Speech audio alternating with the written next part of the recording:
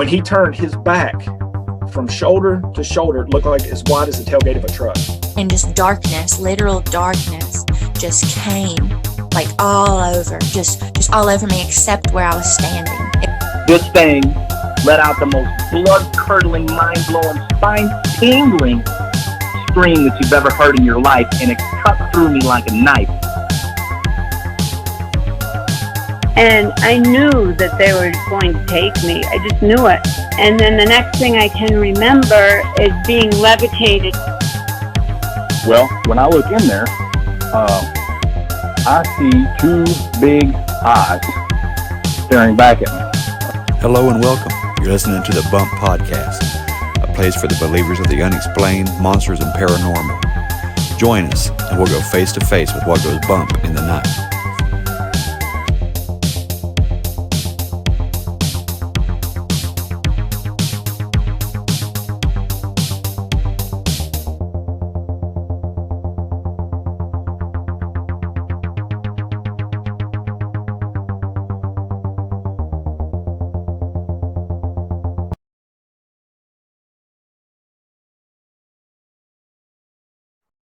Hey there, believers. I have what should be a fun episode for us today.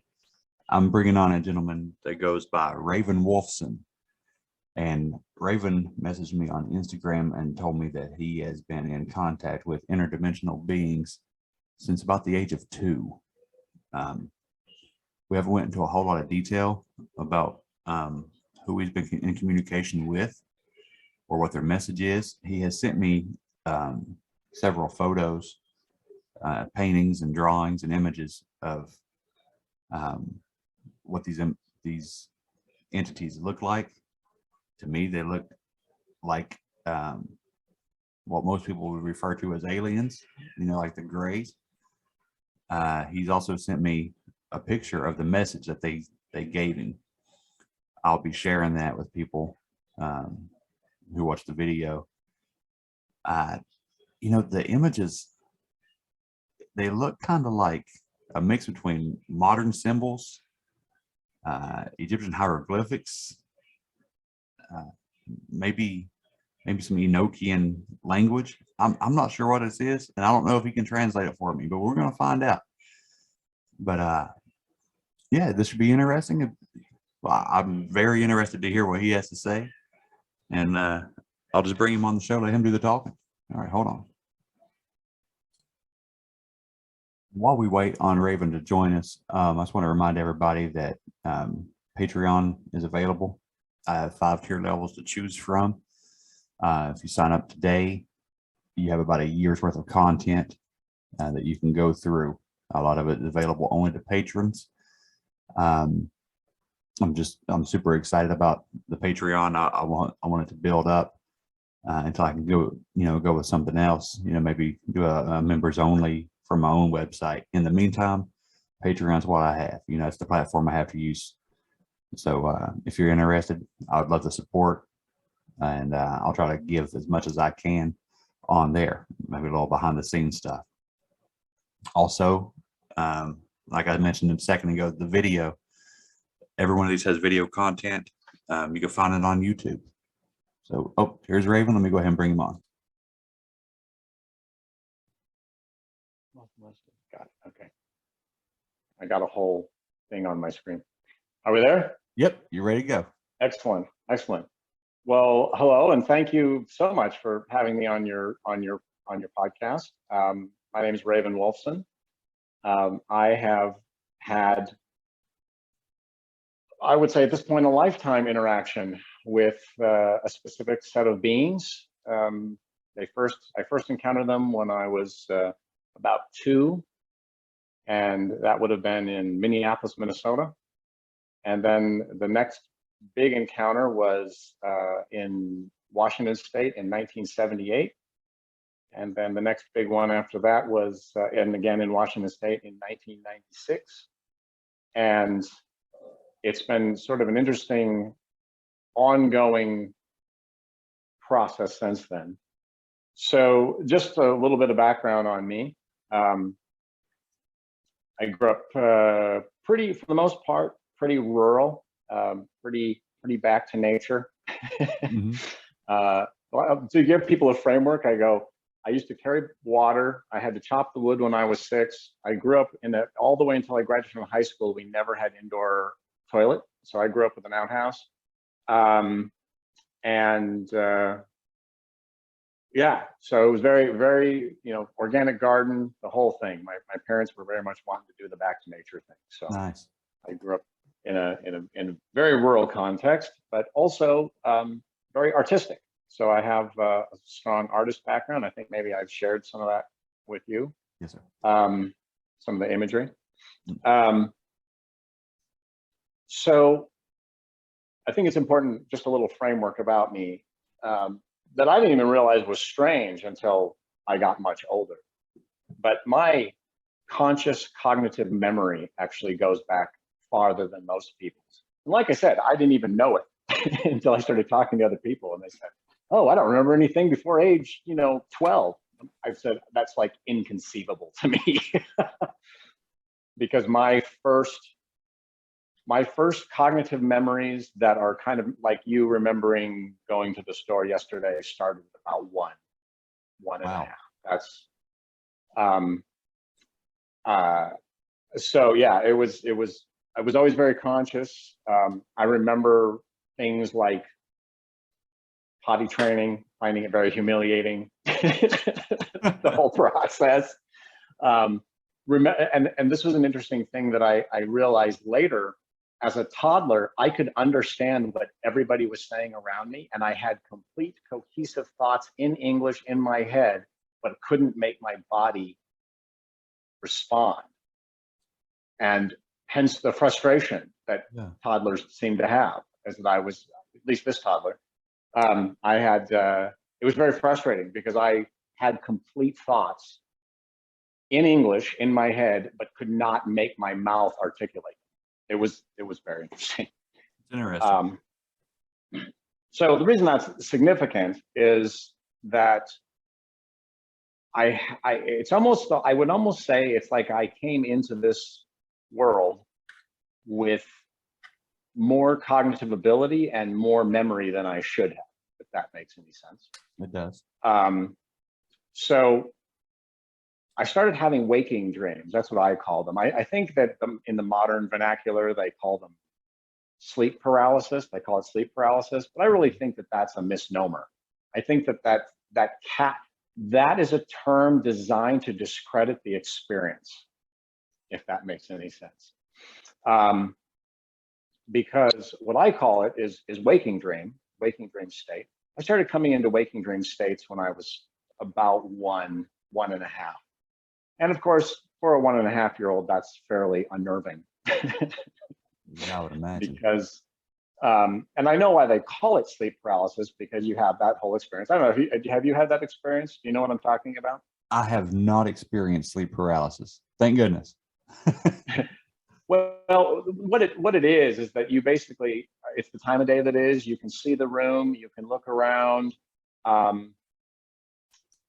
and there's this feeling of anxiety that tends to come with it. Sometimes it feels like you can't breathe. Sometimes it feels like, you're struggling to move your body. And the reason that I never really associated it with sleep paralysis, that idea, is that I came to a conclusion a number of years ago that really what's going on when you're in that state is that you're not entirely in your body. You're actually in your astral body, but you're still trying to make your body operate like you would if you were physically in it. And so it becomes this panic thing. Your body's actually kind of in stasis and you're just not in it. So it was when I was about 2, I came into that state and realized for the first time, well, I didn't really do it consciously. I just sort of got distracted and then was standing outside of my crib in my bedroom. And because I was standing outside, I suddenly realized at that age, well, it wasn't a intellectual realize, that came later. But I knew somehow that I was not in my body. And I really had to not try to operate as though I was in my body, if that makes any sense. Yeah. When you're in your astral state, you imagine things. You imagine where you're going. You don't try to walk there. You just are there, if that makes sense. That does. So in this particular instance, I came into that state and I was standing in my bedroom, looking out my bedroom window, second story window. And this was the kind of, these were the kind of houses that have the sort of garage underneath and then the apartment is on top, right? It's upstairs. And then this was a row of those. So when you looked out the window, you were looking into a wall of the the exterior wall of the house next door. It was a lovely view. So I'm standing, I'm looking out the window. It's sort of, I mean, it's the city, so, there is some ambient light just from the city at night, but it was sort of like just after the sun goes down or just before the sun comes up, if that makes sense. Yeah. So it's kind of like early silver, the early silver light. Yeah. And looking outside my window, there were two beings floating outside my window. And when I say floating, they were floating sort of like they were skydiving, so they were kind of on their stomachs floating, if that makes sense. And I'm going to stop saying that. I'm going to stop saying it if that makes sense. So anyway, they're floating and they were humanoid, but they were hairless. I don't really remember them having ears, as particularly, but they looked fairly human in their appearance, and they were sort of I'll call it a rosy pink color. They weren't glowing; they were very opaque, floating, and there was nothing sinister about them. They were incredibly benevolent, incredibly, friendly, and they were inviting me to come and fly with them. And my first inclination was, oh yeah, I'm going out the window. My second immediate thing was, I probably should check with my mom first. Check with mom, just make sure it's okay. And I turned around and she was standing behind me. And I'm okay. And I watched her go through the whole, like I could almost hear it out loud, her whole inner conversation with herself about, well, I don't know if this is okay, but I mean, they seem okay. And I know it's kind of scary, this whole palaver in her head about this. And she said, well, at the end, she goes, well, if you feel like it's okay and you feel like it's safe, it's okay with me. And I said, all right, bye. And I was immediately outside, floating between the buildings with them. And it was kind of interesting. There were sort of like little up currents, sort of floating and looking at them and looking around, and it was far out. And then, of course, it was, about 1971, so it was far out, right? Or groovy. Anyway, we're floating, and then all of a sudden I look down. Now you realize I'm a 2-year-old, right? And so 15 feet in the air is a long ways to the ground. And I looked down and I panicked because there was this real sense of the depth. And I started to fall. And I was falling toward the ground and got within about 6 inches of the ground, and I just sort of stopped. And I was just like, and I looked up at them, and one of them looked down at me and lifted up its finger and sort of waggled its finger at me, in that sort of, I don't know what you call it, when they're chastising you. Right? Yes. And they go, can't do fear. And I was like, okay, no fear, got it, no fear. And I floated up, and I floated up and floated up actually past the roof.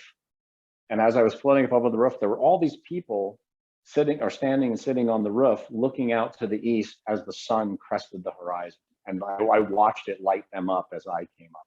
Like the sun came up as I crested the roof. And then I was, woke up in my crib. Well, what's interesting is I was telling that story in my mother's kitchen many, many years later, probably sometime in the 2000s. And I told her the whole story. I was telling someone else the story. And my mother has a kitchen that's sort of, the dining room is conjoined to the kitchen. And she was doing something listening to the story, and when I was telling the part about her, she stopped and turned around and said, "That was real?" Really? So this is one interesting thing about my experiences, is that there always ends up being some kind of corroboration outside of the experience. Yeah. So so that was the first one, and I've labeled these different interactions. That one I call the evaluation. It was sort of like where am I at? Almost like they were trying to figure out where I was at, like in my development, in my state of mind. What did I remember? What didn't I? That kind of thing. And they kind of had to remind me about the fear thing, because I felt. So then we're going to fast forward. A lot of things happened in my life. My father passed away, and we, went back to the cabin. That was we moved to Seattle, then we moved back across the state north of Spokane. Anyway, back to the land. And in 1978, my mother decided the winter was too hard, so she decided she wanted to move into town for the winter because it was just too hard to be out on the land. So we rented this house in town, and in that place, so we probably moved in there about, I'm guessing it was about August, because it was before school started, and I was still 9 years old. So that's significant. And that's where the next experience happened, where I came into that state again, and I'll get into that story in just a second. Couple little points I have to make about 1978 before we moved into town. That summer, some very interesting things occurred. We were hippie people in the middle of a bunch of ranchers and farmers, so we were not exactly the most loved and adored group. But there was this big community picnic that happened every year, because of course, ranchers and farmers, and lots of beef, as you can imagine. And because we were hippies and the back to nature thing, my mom was sort of on her own spiritual dietary trip, but she never really made me do it. That was her thing, and she let me do pretty much. She didn't let me do like sugar, like big on sugar and things, but if it was other things that would be out deviations for her, she was okay. Anyway, so I went up to the community picnic because heck, this was a chance for me to go up and have everything I wasn't supposed to have. Right. Chips and pop and deviled eggs and hamburgers and whatever. So, or not that I wasn't supposed to have, but I normally didn't have access to. So I'm up there, and it's getting to the end of the thing, and they've got two big grills that they've been grilling hamburgers on, and they were going to throw a bunch of the hamburgers out. And I was like, dude, hook me up, right? Give me a stack.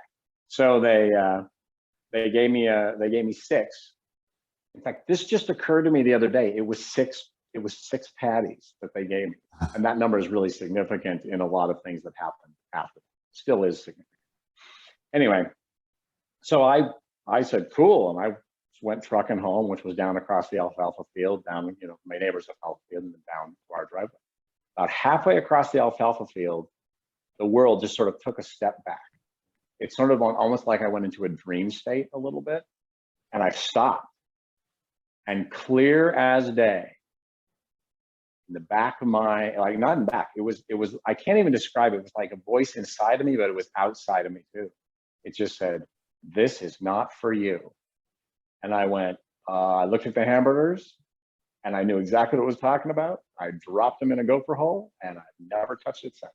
Wow. So I became a vegetarian instantaneously at age 9 because the voices told me to. Like I say, I always tell people, I have the weirdest reason for being a vegetarian of anyone you'll ever meet. that takes it from me. I don't think I've heard a better one yet. And see, the thing that's interesting is that I don't care if anybody else is. It's not some echo thing. It's nothing about that. It's that it was a personal thing. It was just like, don't do it. Okay, cool. So that happened. And then I don't know if there are a lot of ravens where you are, but there used to be substantial flocks of ravens that would be out where we were.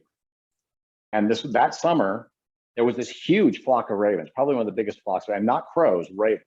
Biggest flock of ravens I think I'd ever seen. I've never seen one this big since, actually. And I remember I was standing there one day out in the house, and I was looking out across the way to the fields, you know, in the distance to the east. And I watched that big flock of ravens come down and land. And it was on the ground for a little bit, and then it took off. And as it took off, the mass of them, I mean, it had to have been like 200 birds. I mean, it was a big flock. And as it rose up, right in the middle of the flock was a white raven, an albino raven. And I looked at it, and it was not like a glancing brief thing. It was there, and it hung out in the middle. And I remember going around and asking neighbors, I said, did you guys see, have anybody seen the albino raven? And nobody saw it but me. Wow. So anyway, so we moved into town, and my bedroom in this weird house, which again, I just thought of this the other day, was on top of 3 garages. The house was built on top of 3 garages. So it's that repeating house on top of garages thing, which is weird. Anyway, so my bedroom was on the west end of the house. I had a door that went outside that had a little window in it, and then there was a window just to the right of the door. My bedroom door was on the south side, so it was to my left when I was laying in bed, in the corner of the room. So I'm laying there, and I come into that waking dream state, and I just start to have the panic. That's what I call it. It's sort of this panic, and it manifests in your body in a weird way. It's almost like a ringing sound, but it's not really ringing. It's like almost like a vibration, like your body's vibrating. And I think what it is, it's your body trying to wake up. Yeah. If that makes any sense. So I'm in that state, and just when I'm kind of starting to have the panic, and then, you know, I'm hearing the sound, all of a sudden 7 beings walk into my room, in my bedroom door, so in a row, and they were arranged in a very peculiar way. There were 2 groups. I mean, they were arranged in 2 groups. There was a male group and a female group. The first group that came in was the male group, and it had essentially one being that was the size of an adult man, and then 2 other, I call them children, one that was like about teenage and one that was about 6 years old. And then the group, the female group was a mother, so it was a mother and a father, and then it was 3 daughters with the mother, and they were like 12, 9, and 6, that age range. The thing that was strange about them, well, a couple things were strange about them. First of all, they were in my room in the middle of the night, but we'll leave that for now. They looked, in fact, I did research on this recently. I now know exactly what hairstyle the woman had, because I looked it up.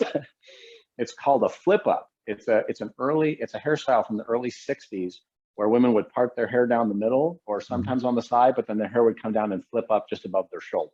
It's a very like Mary Tyler Moore kind of. Gotcha. Look. So, and she was wearing a knee-length dress or skirt and a top that covered her arms at least to her elbows. And like I said, I recently, just because I wanted to clear this up, I went and researched the silhouette, and I can tell you exactly, this was a mom, a housewife mom, normal look for about 1962, 62 or 63, early 60s. The dad looked like he was straight out of My Three Sons. I mean, you know, Fred Murray, right? Parted hair parted on the side, the Oxford, you know, button-up shirt, the slacks, the trousers, you know, with the belt and the shoes. Now, the thing that I have to point out that's peculiar about them is that they were made completely out of blue light.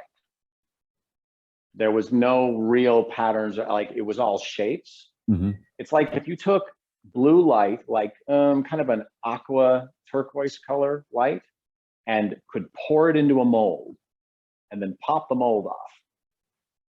They looked like that. They had a light inner luminescence about them. But one thing that was a little unnerving is they had eyes, but they had no pupils. There were no pupils in their eyes. It was just, straight eyes. Right. The children were exactly the same as them.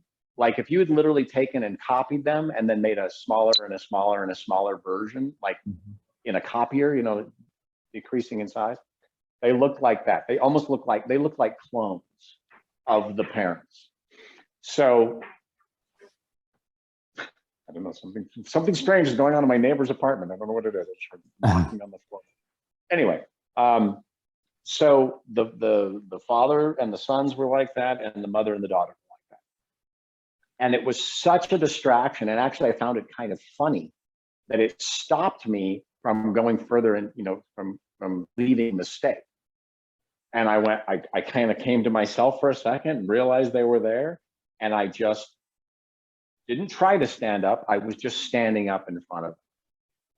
And as I stood up, now remember, I'm 9 years old, so I'm like, whatever that is, 48 inches tall, ish, however, 4 feet tall, hobbit sized, And I'm standing in front of them. But in the time it took me to go from laying down to standing up, they changed. And they were now all exactly the same. They were the size of a normal adult male, but they weren't males. There was no gender. There was no hair. Their heads were now kind of, the way I describe it is, how Bruce Lee was built? He was strong, but he kind of had that wiry, muscly thing. Oh yeah, yeah. They're like that. So they didn't look ripped. They just looked really sinewy, if that's the word I'll use, sinewy. Yeah. And they were standing, and their craniums were slightly elongated at this point. They were slightly elongated, and now their eyes were more almond shaped. Not like Greys, though. I want to make that very clear. There was nothing about them that was reminiscent of Greys. Oh, this was a different sort of being. And the one that was on the farthest right of the line, so on the farthest west side of the line, who I've always called the ambassador, and I'm pretty sure it was the father. It was the one that had been the father. Sort of made a little move toward me, and I approached him. And as I approached him, I reached up with my right hand, and with the 3 fingers, not my pinky finger, not my thumb, but with the 3 fingers of my hand, I reached up, and he sort of turned his left cheek toward me a little bit, like looking at me. And he was now, they're taller than me now, right? So he had to bend down a little bit. But he turns his left cheek to me, and with my 3 fingers, I got to run my finger down his cheek, my fingers down his cheek. And it left tracers, these kind of light colored tracers on his skin. And you ever put your tongue on a 9-volt battery? Yes. That's what it felt like, touching his skin. It was that little bit of a buzz. There was that sense of buzz. And I was just blown away. I was just like, this is so cool. And then he leaned forward a little more and basically was telling me to look into his left eye. And he was telling me without telling me. It was gesture telling. And as I looked forward and looked into the eye, all of a sudden I went into his eye. And from my perspective, I was floating in space. I was just out weightless in space. And I was in this immense star field of the most brilliant blue stars. And I was just drifting through these stars. And in the distance, the horizon was sort of split. In fact, I did a painting, which I think I might have shared with you, that it was my first attempt. That painting was my first attempt to somehow relay this experience in a painting. So anyway, I'm drifting in the middle there. It's like looking at the edge of a galaxy, okay? And the galaxy had and all these stars were kind of emanating from the galaxy. Now, I want to add a little footnote here. Sure. I have come to realize that that's not what it was at all. It was not a star field. I now know what it was, but I did not know at the time. I was going on purely empirical evidence. Right. Oh, look, I'm floating in space. Look, big blue light things. I think they're stars. Okay. Anyway, so I zoom forward. I'm going through the stars, and as I'm heading towards sort of the center of this galaxy, I'm going faster and faster and faster until I'm in the galaxy, and I go through the center of it, and I'm standing back in my. So I touched his face. He took me on, you know, a magic carpet ride. So that was sort of our exchange. That was our greeting, I think. Anyway, aren't we glad that all greetings don't go like that? It would take forever. And Yeah, really. So anyway, so then I'm standing there and I'm looking at them and I'm like, okay, what's next? And they just turned in a single file line and started walking out of my room. And I was like, do I follow them? Do I stay here? What's the deal? And it was very clear it was my choice. I could stay there, I could follow them. I said, I'm following. Yeah. So they, of course, could just drift through the dark house. I had to find my way through the dark house. So I was going through, trying not to run into the kitchen chairs and trying not to make sure I didn't make noise to wake my mom up. And they just drifted through the front door. I had to open the front door. I mean, I could have tried to drift through the front door, but I think that would. Anyway, so I go, I open the door very quietly and I go outside, and it's, you know, middle of the night. And they had kind of gone up this little path to the street, and the street was up on a hill. The whole house was up on a hill, so it was kind of a steep street going down. And I got up there and they weren't there, but when I got up on the street and I looked about a half a block down, there was this disc. This year, I actually went back to the site and did some proper evaluation of how wide the street is and all those things, so that I could actually give real numbers when I talked about this. Yeah. Instead of just my childhood guesses.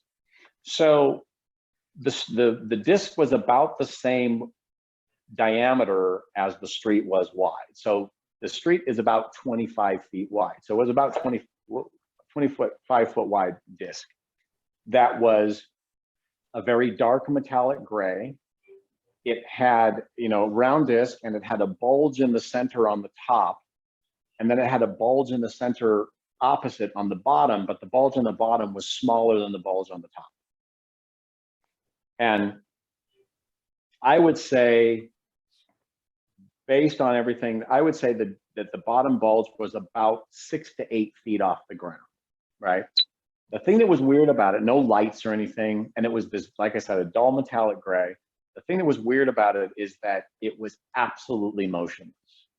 There was no sense you had, in fact, a hurricane would have been going on, could have been going on, and you would have been distracted by how not effective this thing was by it. If that makes any sense. Almost like it kind of wasn't there, right? Like it was there, but not there. And it was picking up light from the street light and everything. You know, there was the sheen on the across the exterior surface. And they weren't there, but that was there. And then I was like, okay, what now? And then I was inside. And inside, and again, calculated again, it was 3 times larger inside than it was outside.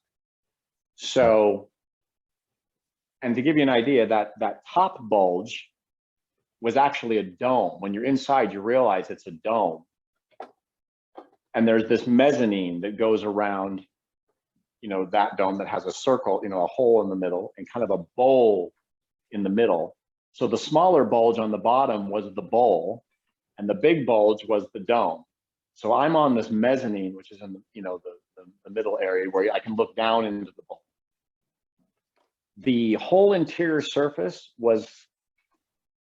seemed like it had been vacuum formed out of white gloss, you know, white shiny plastic, but there were no seams of any kind anywhere. It was like one solid piece, except for that on the underface of the dome, there were these that went all the way around. There were these 6 gigantic screens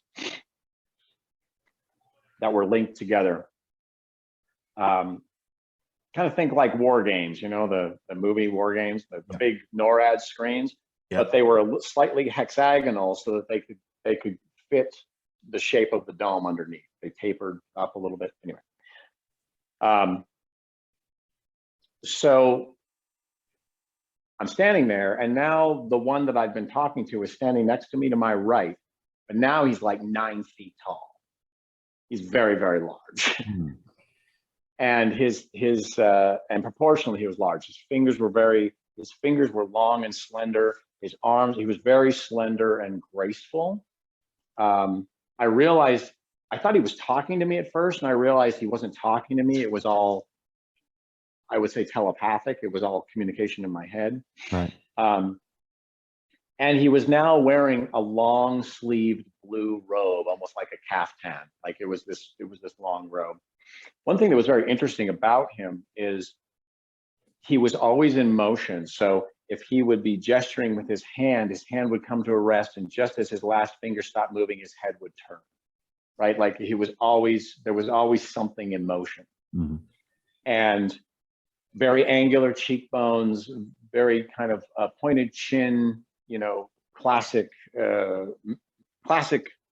don't know, Boris Karloff, right? You know, that kind of structure. Again, no hair. And I would say his cranium was slightly longer than it had been before. I'd almost put it in that Akhenaten length of cranium, right? Yeah. More of that shape. Anyway, so he looks down at me, and I'm looking at him, and he looks down and he says, I need you to, basically he pointed at the screen that was right across from us up above. Well, I'm sorry, let me back up on the story. Down in the bowl was mostly steep, but as it got down to the bottom, it was slightly terraced. And there were these white podiums that were probably about 4.5 feet tall, that were rectangular, but they were set in a kind of triangular configuration around the bottom of the bowl, and they had a slanted top, and there were beings just like this guy, but they were white. And understand, the guy's blue still, and he still has that same luminescent glow bluey thing that was going on in my bedroom. These guys are white, and they're passing their hands over these, you know, and the 3 of them around the area, and they're passing their hands over these podium tops with nothing on them. They're absolutely smooth. There's nothing on the panels, but they were moving their hands like they were doing something, like they were operating controls or something that weren't there. So I'm watching that, and he says, okay, I want you to look up there, and he points at the screen across the way, and he goes, I want you to tell me what you see. I said, okay. And keep in mind, this was 1978. These were big, dark gray screens. Mm-hmm. And when he pointed at them, they went from dark to black, just like our modern flat screen TVs do when they turn on, right? So I was seeing technology that wouldn't even be around for quite a while. Decades, yeah. So decades. So anyway, this big screen turns on, and in the lower left-hand corner, up from the lower left-hand corner to the upper right-hand corner, a series of kind of random dots go up across in kind of a random, almost slightly expanding network of dots. And then around the dots, circles go, and then little lines connect them. And then that happens on the screen to the right, and then the screen to the right, and then the screen behind us, and it goes all the way around and does. When it comes back to my screen, the screen goes dark, and that happens again, but it's multiplied times 2, the number of circles and the number of dots and all that. And then it just exponentially expands from that point, going around and around and around and around. And finally, and it's just going faster and faster and faster and more and more and more. And I was like, I don't know, star charts? I mean, that was the first thoughts that came to my 9-year-old head, right? Right. Star charts? And the ambassador, he goes, well, it's time for us to go. And I was jazzed. I cannot even tell you how excited I was. Because I was like, we are going. I am ready. Well, he said, no, it's time for us to go. Yeah. I was like, oh man, bummer. I want to go. And he said, well, you're not ready. And I went, oh, okay. I was really, I almost went into that, stages of grief, negotiating kind Right. of a thing. And he said, he goes, but we'll be back. And when he said, we'll be back, that was suddenly, I was out on the ground and he was up on the disc. And then I woke up in my bed and I immediately got up, walked and looked out the adjacent window because I knew where they'd been. And I was like, come on, still be there, still be there, still be there. And they were. All right. So I have just a note. I've considered that experience and reevaluated that experience a great deal over the last year because I've suddenly come to understand about a whole range of things about what they were using through imagery, through proportions, through colors. It was all a conversation. They were giving me data. It's kind of like they'd given me a zip file that I didn't understand how to open until fairly recently. Okay. So then we're going to fast forward to 1996. A lot of life happened, as it does. But get to 1996, and I'd finished college. I'd gone back to my hometown. I was working as a individual assistant, one-on-one individual assistant for troubled kids in my high school. And because I'd been very involved in my art program when I'd been in high school, I was kind of into what was going on now with the high school art program. So I got to know the new art teacher and we hung out and we would, get together in the mornings, and we were close to the same age. So she would, we'd come in and we'd both be there early before school started and chat for a while. And I did tell her at one point about the thing that happened when I was 9. And she told me a bunch of interesting stuff about her.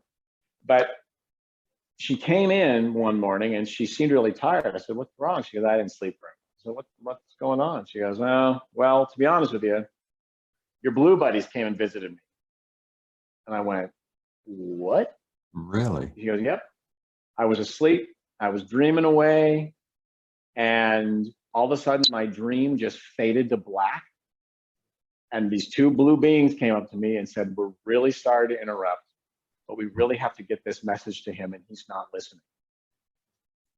And then they just downloaded in super high speed a whole sequence of symbols at her. And she said, and I was like, okay, whatever. And then the dream came back and I was back in my dream. I was like, okay. She goes, and I go, well, what were they? And she said, here, just a second. She pulls out a notebook and in 20 to 30 seconds. So you have a copy of the message, right? I do. You a copy of the Yeah. okay. So in 20 to 30 seconds, she wrote that top line and the second line. Like it was just like like that fast. And I looked at it and I recognized a lot of things. There were things that looked like runes to me. There were things that looked like a lot of different, symbols. And I said, okay, do you have any more? I need a little more information. This is, I don't have enough to go on here. And then she said, well, hang on. She closed her eyes for just a second and went, hang on. Okay, well, there's this. And all the rest of that below, all the material she wrote in another 20 to 30 seconds. Just, and I looked at it and I went, well, I guess I'll have to ponder it. I'll have to think about it. Now, the reason I put such stock in this message is that I've been studying it ever since then, because I want to know what it says. So understand that I'm a pragmatist, okay? I Occam's razor, right? She could have made it up. Completely 100% could have made it up. The problem is, if she made it up, the level of geometric consistency in it, and what I've come to understand about what it actually says and it's so complex. If she made it up, kudos. And here's an interesting point. So basically what it is, the actual message is the top two lines.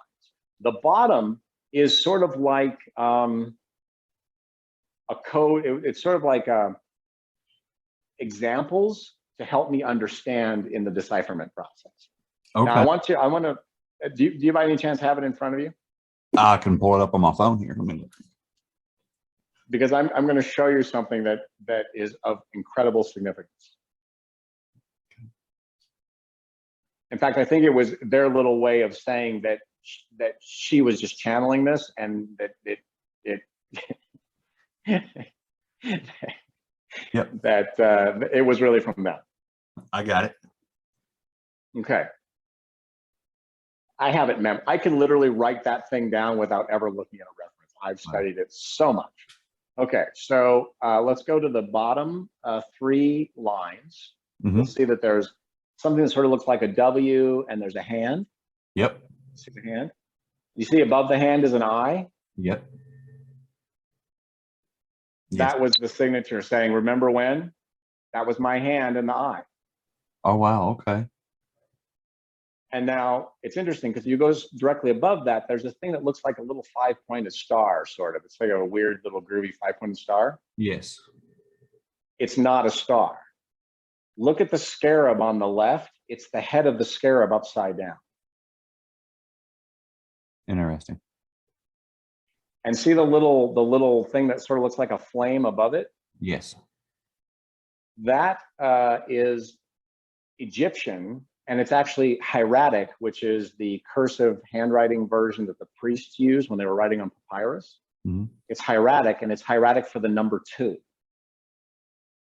which is also, there's a lot of numeric and geometric significance in all of this. Now, if you notice, there's the little W thing is next to that, but it's upside down. Right. And then on the right of that is this thing that looks like a backwards number 2. Yeah, it looks like a backwards 2. Yeah. Yeah. So here's what's interesting. If you take that backwards number 2 and you blow it up really big and you lay it over that whole complex right there, you'll notice that it connects if you drew it with your hand, it would go from the W to the hand, and then up through the scarab over the top to the head of the scarab pointing down. Yep. I see that. That's because that 2 symbol is basically what it's saying is, we came from another side. We came through to visit you. This is us on this side of that thing. That's you experiencing us on this side of that thing. It also represents the loop of me going in his eye and through and back to me, right? Back to my room. Now, do you mind if I No, go ahead. Like, do you mind if I share this on the video whenever I release Not it? at all. In fact, I encourage, and I don't send out anything. Understand, I'm an open book. Okay. I'm the reason I'm reaching out, the reason that I did reach out to you in part is what's been made clear to me in the last year is that it's time to disclose. It's time to talk about this because there's something, it's relevant to something else bigger than me that's going on. That's all I can tell you because that's all I know. But there's something about this information that's going to be relevant to other people. It's going to resonate with people, and those people, you know, it ain't just for me. I'm just the messenger. So anyway, but the point is that I realized recently when I finally went, wait a minute, that's the hand. If you notice the position of the hand, the 3 fingers are up and the pinky is splayed and the thumb is splayed. Right. That's exactly how I touched his face. Precisely. So anyway, one of the things, this is a plan. This is something I'm going to do. I'm finishing a painting. When this current painting is finished, I'm going to do this next. I realized that with the message, because it was written with her hand, like, you know, and anybody that's doing anything with handwriting, there's going to be peculiarities to their writing bias, right? how they write things. So what I'm going to do is actually do a version of the message that actually is consistent with the geometry. In other words, it'll be, I'm trying to think, you know, I've been trying to find the right word for this, and feel free to jump in if you can think of the right word.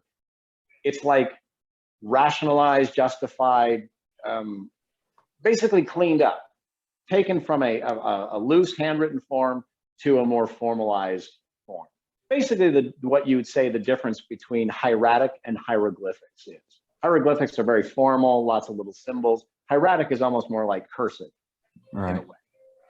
So I'm going to do a cleaned up version of it because one of the things I'm hoping to be doing over the next year is I'm going to actually start all of my research. I'm going to start breaking it down so people can see it visually and see what the evolution, what those things really are.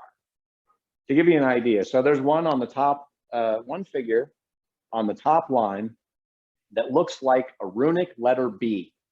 Yep. Okay. It's not a runic letter B. That fits into a hexagon, and you triangulate it, and it holds a triangle between the three of them. I don't know if you can see that. So if you take that one that's upright like that, right, then copy it and flip it over like it's in a hexagon. Yep. Right. Yep. Then flip it, copy it again. You can fit a triangle with its point pointing to the left into there. Right. Yep. The whole message works like that. Wow. Everything, and that whole upper part, it's this incredibly elaborate geometry, interconnecting geometry that actually, what it does is it describes a sequence that, from what I'm understanding, this is all a schematic of how that device, and some people would say it was a craft. I don't think it was a craft. I call it a device, like a sort of like a piece of technology, right? Mm-hmm. But it basically lays out how that thing works. What that message is, it's a schematic of how it works. And what I've come to understand is that the way that they travel is not, that's why I call them interdimensional as opposed to extraterrestrial, because they're not operating in any concept of space-time that we would understand.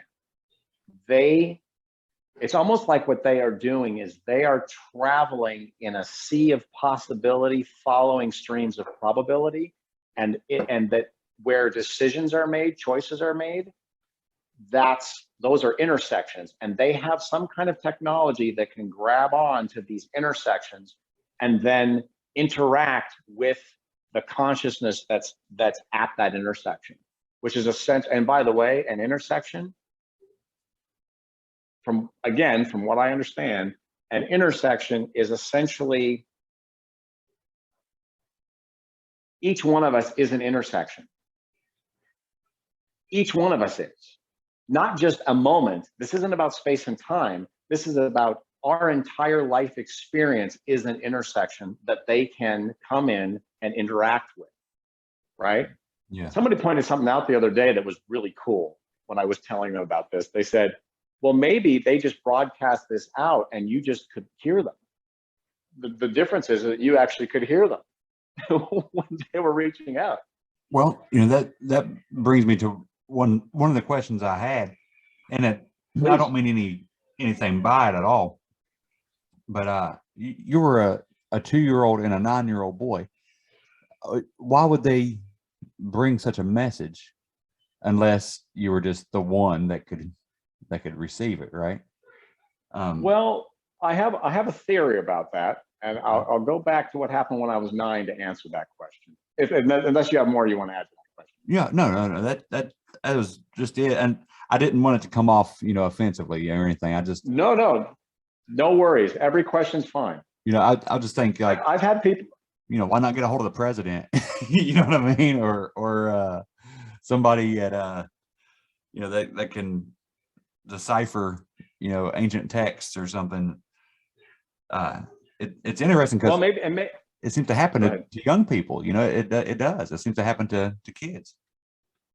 Well, there's an interesting, I think partially it's because children are not as stuffed in a box yet. I think that there is this experiential openness where they're very much in the moment. They are where they are, they're experiencing what they're experiencing, and they're building those biases, but they don't have the amazing echelon of biases that we have as we get older. Right. Yeah. Right. So I remember the message came in 1996. So I was in my 30s when That's true. That's right. So, but again, playing off what I said just a second ago, if you think about it, that they don't operate in space and time. They don't have that linear space-time thing. So from their perspective, I'm just a being.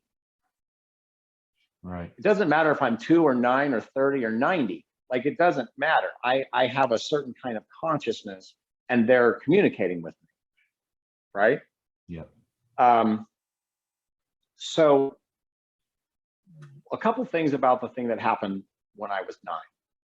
First of all, I've come to realize, I used the term intersection a minute ago. So let me kind of explain where that is coming from, this idea of the intersection. A lot of the geometry in the message is, if you look at it, a lot of it is triangles and hexagons. A lot of it's based on triangles and hexagons. There's a lot of that geometry in there. And what I think that's about is a triangle is an equilateral triangle is the basic component of a tetrahedron. And there is this interesting, because what is a tetrahedron? It is the simplest three-dimensional geometric shape to define a sphere, just as an equilateral triangle is the simplest geometric way to define a circle, right? Right. Same thing. So there's a weirdness about tetrahedrons, is that if you look at a tetrahedron, because of its geometry, it projects an opposite tetrahedron just based on its own geometry. So an equilateral triangle has a center, right?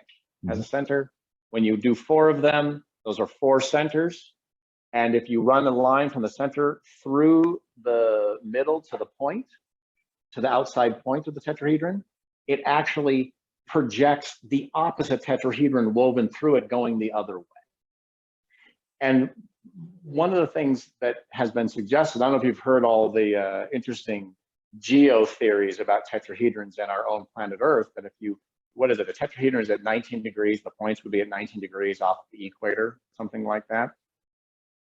There are these major hotspots around the world that actually conform exactly. The Giza Plateau is at 19 degrees, you know, from the equator. The Hawaiian Islands are 19 degrees from the equator. There are these very significant things around the world that all seem to fit into that, you know, that meridian. Right. And there was, have you ever heard of Hoagland? He talked a lot about the face on Mars and Cydonia and different things on Mars. But he talked about, well, what if it's more than theoretical? What if every tetrahedron, every sphere is defined by a tetrahedron, but there's another tetrahedron that's produced, which means that every sphere is a hypersphere. There are 2 worlds existing simultaneously in the same space that are out of phase with each other. What's interesting is that a lot of folklore and a lot of mythology around the world backs that idea up, the other world, right? Right. And that you can enter the other world by stepping in the toadstool ring or going into the barrow mound, or like there's this recurring theme. Right. These portals.